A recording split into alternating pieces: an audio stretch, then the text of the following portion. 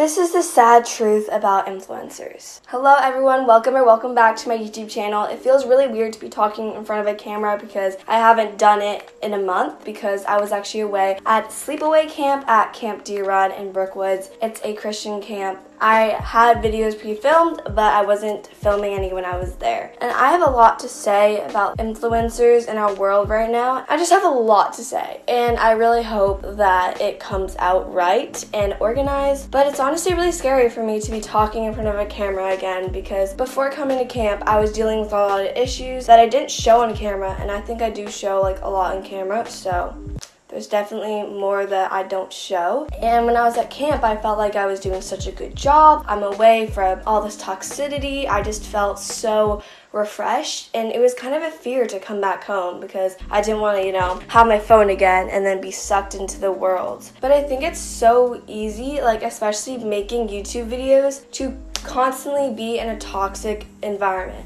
Sometimes I'll spend 4 hours a day just making YouTube videos, and then in the summer, imagine watching 4 hours worth of YouTube. I just feel like I was constantly surrounded by YouTube. Problem with me is I always feel like I need to be busy. I feel like I've been dealing with this for like 2 years. I felt like YouTube was always in my mind. Like during class, I'd come up with video ideas, and it seemed like it's always the next video, YouTube, and I don't want that to be my course of thought. And this was even before my YouTube channel started getting bigger. I just felt like it was my main focus and what I was putting my identity in. It's so blinding. Influencers have so much power. Like what you say can really affect other people. I was actually vegan for a month because I watched this girl's video. I loved the lifestyle that she was living, and I was so easily swayed by one influencer's video and their channel before even talking to people in my real life about that big lifestyle decision. And I stayed like that for a month, and I mean, I enjoyed it, but it seemed like I was constantly thinking about, oh, like, do I have my protein in this meal? And it was just too much.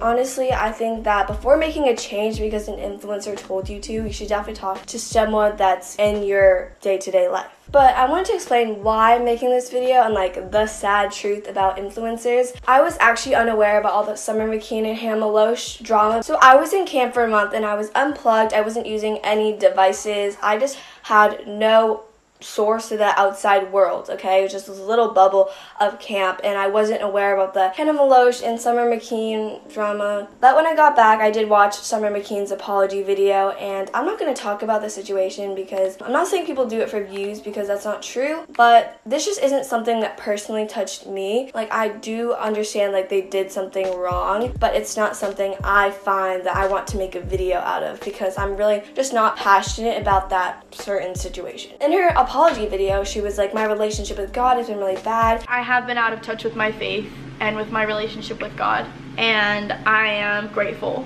for this experience because seeing so many people who also believe in God be disappointed in me and say, I thought she was Mormon, I thought she was Christian, that absolutely breaks me. My relationship with God and church has always been something that's the most important to me. Going through this has helped me realize that I want to get back to that. Like, she identifies as a Mormon, but things that have been leaked of her aren't really reflecting that. She's using a black woman powder! And I watched Abby Bankston's apology video like a long time ago about like her racist video, and she was like, my relationship with God is so bad right now and so ignorant, and my relationship with God was not where it needed to be at all. Honestly, like, some people might see that as an excuse. Like, yes, you can be kind and a good human being without being religious, but it really resonated with me. It's so easy to just focus on worldliness and worldly things, especially at their size, and like,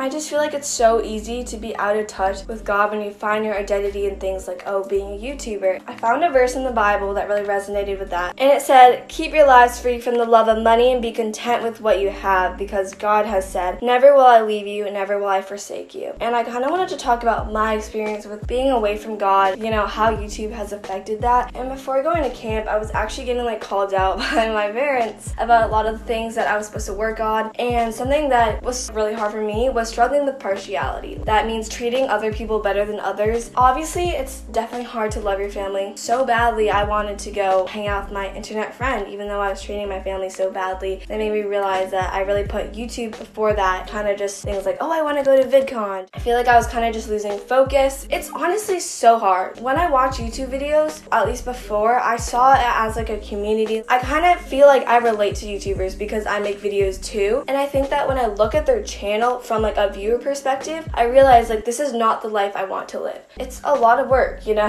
doing school on YouTube and like being active on things. It's easy to feel like, oh, I'm late to this trend. Like, oh, everyone's making back to school videos, but I was at a Christian camp while all this is happening. Oh, my channel's not going to do that well. But to be honest, I don't really care. I feel like when you take a step back and you look at their lives, like influencers' lives, like it's just not what I want to live. Something that I learned when I was at camp, I try to think about this often because it's so easy to be drawn back into the toxic world. YouTube is not all bad, okay? There are so many great uses and ways that you can use your platform, but I'm just talking about what's currently going on in my mind. But it's definitely easy to get dragged back into that all. Something that I was learning is that you don't have to be rich on earth. You don't have to be rich in worldly things, but your character really matters. And I don't think I've ever had like a terrible character, and I've always treated other people well, but I definitely could be treating people better, and especially my family. That's something that I've really been thinking about. 1,000 days on earth is less than 1 day in heaven with God. I would rather be not that rich on the earth, but be rich for eternity. I would rather live an eternity in joy than 85 years in happiness. Yeah, this video is kind of all over the place and like, I don't even know. Like, this feels weird talking in front of a camera again. I'm sorry if none of this makes sense. But yesterday I was watching Meredith Foster's video about her eating disorder story, and she talked about how God helped her through that situation, and it felt so refreshing to hear that. I've watched Meredith Foster over the years. Like, I've never watched her like intensely every single upload, but I've watched a few of her videos over the years, you know, her back to school videos in like 2015, and it's so refreshing to hear a YouTuber that big of her size talk about God, because that's so refreshing. I'm trying to limit how much YouTube I'm watching, because imagine making YouTube videos all the time and then watching them all the time. I just feel like that's too much. But watching her video made me feel like I was actually spending my time doing something valuable, like watching something valuable. And she talked about so much truth, and that video did get a lot of views, and that makes me so happy that she was able to reach that many people with her message, and I hope that they received it well. It just really inspired me, and like, someone else is pursuing their faith. She has such a big platform, and she doesn't identify as a Christian YouTuber. That's not really like her niche, but she still sheds so much light on so much truth. Especially in our world, it's so easy for me at least to think I don't need God, because I've never doubted that he existed, but many times I've doubted, like, do I really need him? Because I look at people on the internet and I'm like, they're not Christians, but they're living such a good life, but their life is not fulfilled. They look to things like money and happiness, and again, with Instagram and YouTube, you're just looking at someone's highlight reel. I don't see everyone's full life. We can't just look at a few of someone's Instagram pictures and think that they're living a great and fulfilled life. I don't know what point I'm trying to get at. I'm sick. I'm sorry. But basically, my goal when I was going into camp is I wanted God to teach me how to be happy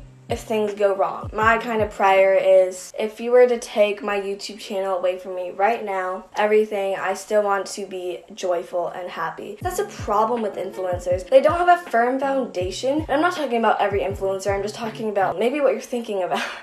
I'm just talking about generally. When you put your foundation on like money and your YouTube channel, you will crash. There's this verse, I'll put it up here. A wise man builds his house on the rock, so when the waves come, his house still stays up, but a stupid man builds his house on sand. That's kind of like building your foundation on YouTube, because you're not going to be pretty forever. You're not going to be making videos forever. People aren't going to love you forever. God has unconditional love, and there's nothing you can do to make him turn away. Like, just look on our internet. It's so easy to be canceled, to be loved 1 minute and hated the other. And that is not God. He is the same today, yesterday, and forever. I just have a lot to say about this. I decided to make this video like just from heart, because I feel like when I make those videos with like notes, it's just really hard for me to really open up. I feel like this video is everywhere.